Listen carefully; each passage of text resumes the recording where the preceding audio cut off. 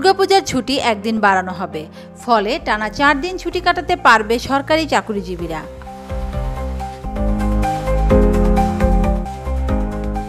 অন্তর্বর্তী সরকারের প্রধান উপদেষ্টার বিশেষ সহকারী মাহফুজ আলম মঙ্গলবার 8 অক্টোবর সকালে ঢাকেশ্বরী জাতীয় মন্দির পরিদর্শন শেষে বলেন, বৃহস্পতিবার ছুটি ঘোষণা করা হবে।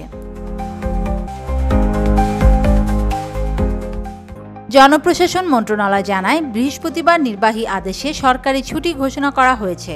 সরকার বৃহস্পতিবার ছুটি ঘোষণা করে আজকের মধ্যেই প্রজ্ঞাপন হয়তো জারি করবে।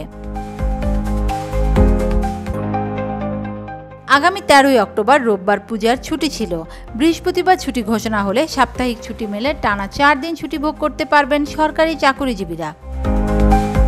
Desk news, Media express.